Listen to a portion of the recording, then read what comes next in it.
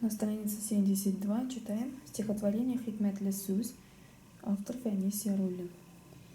Бір сүзне күп сөйлесем, аны тәмам илесем, телги мине һәммәсе, туйдырамын янәсе. Мин шундый сүз беләм, ул сүздән туймый һичкем. Телгәмиләр, сүкмиләр, сөйләп торсаң да 3 көн. Кыен түгел әйтергә, бик ансат, рәхәт үзе. Сезгә дә өйрәтәм аны, ул була рәхмәт сүзе. Фәнис Яруллин. Новые слова. Иләсем. Здесь в значении, если без конца, повторяю. Янәсе, дескать. Переводим. Хикмет лесуз. Волшебное слово. Если одно слово много раз повторяю, и его настолько много повторяю, что меня все ругают.